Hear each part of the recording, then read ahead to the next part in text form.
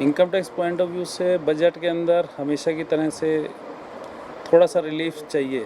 Relief इस sense में कि जो रेट ऑफ टैक्स है वो बहुत नॉर्मल कर दिया, बहुत ठीक है, लेकिन ओल्ड स्कीम के तहत बहुत हैवी टैक्स है 20% और उसके बाद 30। थोड़ा सा रिलीफ इसमें मिल सकता है, 20 को 15 किया जा सकता है, 30 को 25 किया जा सकता है। एक मेजर चेंज की जो ज़रूरत है वो ये, पार्टनरशिप फर्म में 30% टैक्स लगता है, जबकि प्राइवेट लिमिटेड में 25% लगता है।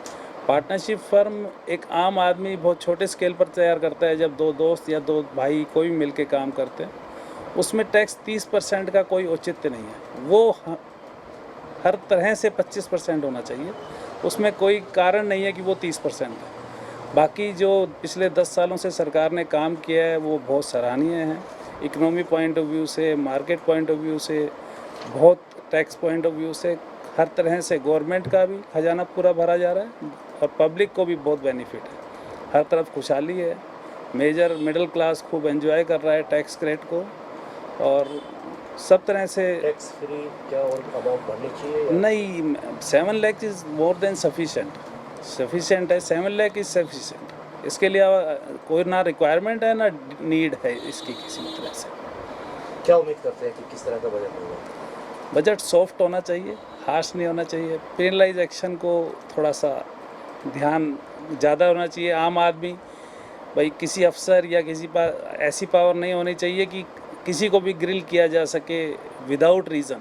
और जहाँ चोरी का सवाल है, गवर्नमेंट ने बहुत अच्छे प्रोविज़न बना दिए। जब नेट बैंकिंग का काम हुआ है तो चोरी भी कम हुई है, टैक्स भी अच्छा आ रहा है, और हमारे ख्याल से टैक्स पॉइंट ऑफ व्यू से बहुत नॉर्मल तरीके से देश आगे बढ़ रहा है। मानते हैं कि देश को अगर अच्छा टैक्स मिलेगा तो देश में उन्नति भी होगी। टैक्स तो बेसिक पर्पस है, उन्नति का कारण है कि टैक्स की रिकवरी का जो सिस्टम बैठा है, हर साल से अच्छा टैक्स हर साल आ रहा है।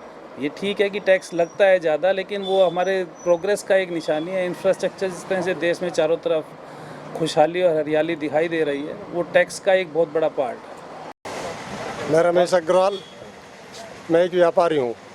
आने वाले बजट से जैसे कि सभी लोगों को उम्मीद होती है, तो व्यापारी होने के नाते मेरे को काफ़ी उम्मीदें हैं। ये मोदी गवर्नमेंट के तीसरे टर्म का पूर्णकालिक पहला बजट होगा।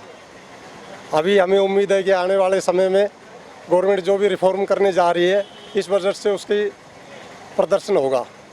पिछले बजट में जैसे बार बार चेंजमेंट करने में, टैक्स स्लैब वगैरह चेंज करने में व्यापारी को बड़ी दिक्कत आती है। हम चाहते हैं कि लंबी टाइम की पॉलिसियाँ बनाई जाएँ, इनकम टैक्स में छूट मिले, अधिकारियों की दखलंदाजी व्यापार में कम से कम हो, ताकि व्यापारी सुचारू रूप से अपना व्यापार कर सके। पॉलिसियाँ लंबे टाइम के लिए होनी चाहिए। टैक्स स्लैब दो बना रखे हैं गवर्नमेंट ने, नए पुराने। आम व्यापारी उतना पढ़ा लिखा नहीं होता, उसको इस कॉम्प्लिकेसी समझ में नहीं आती। इसको सिंप्लीफिकेशन ज़्यादा करने की ज़रूरत है। कुछ चीज़ें अभी जो गवर्नमेंट ने जीएसटी के दायरे से बाहर की हुई है, वो जीएसटी के दायरे में होनी चाहिए। और जीएसटी के जितने स्लैब हैं उनको मिनिमाइज करें, तभी इस जीएसटी का अधिक से अधिक लाभ हो पाएगा। अभी गवर्नमेंट चेंज करती रहती है बार बार, कभी एक आइटम को उठा के 5% से 12% में कर दिया, कभी कम भी करना चाहिए, कभी 12% से 5% में कर दिया।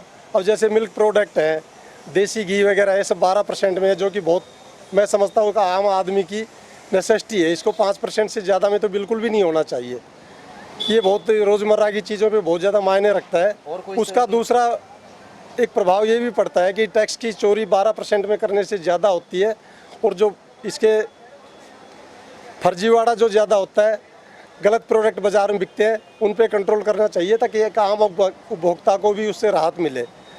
और गवर्नमेंट की बाकी चीज़ों में दखलंदाजी, जैसे कुछ चीज़ों में अभी tax rate, income tax 7 lakh का स्लैब बना रखा है इन्होंने, बाकी उसमें कॉम्प्लिकेशन ज़्यादा है कि आम आदमी को समझ में नहीं आती। उसका टैक्स कम बनता है और सीए के पास जाता है तो वहाँ पर चार्जेज उसके ज़्यादा लग जाते हैं।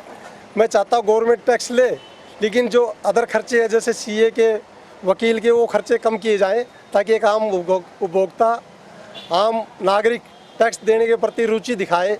और टैक्स के लिए स्कूलों में कोर्स करवाया जाना चाहिए, ताकि उसको बेसिक जानकारी बचपन से मिले, और वो एजिटेशन जो ख़त्म हो, इससे बचना चाहे वो ना हो।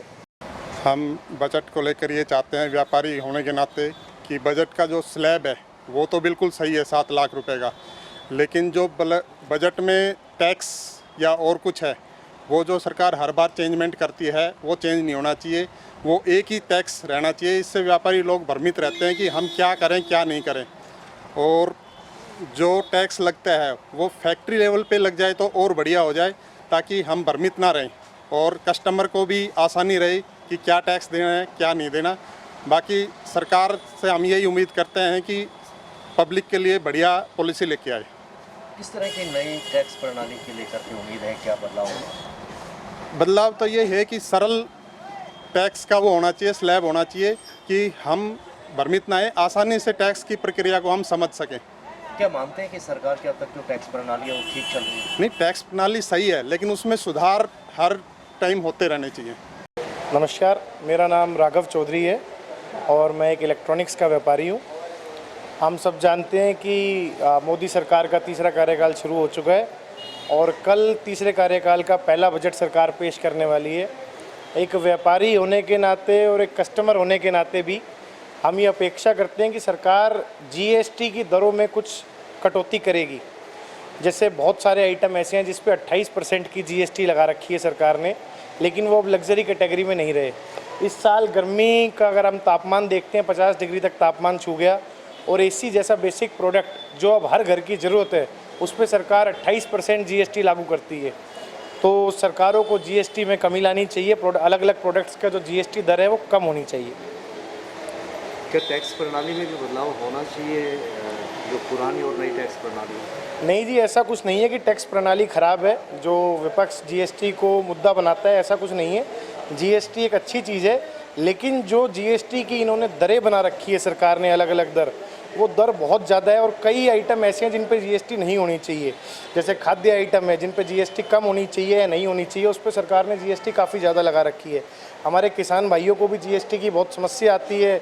जो बीज है और जो खाद्य का सामान है जो डलता है फसलों में, उस पर जीएसटी नहीं होनी चाहिए।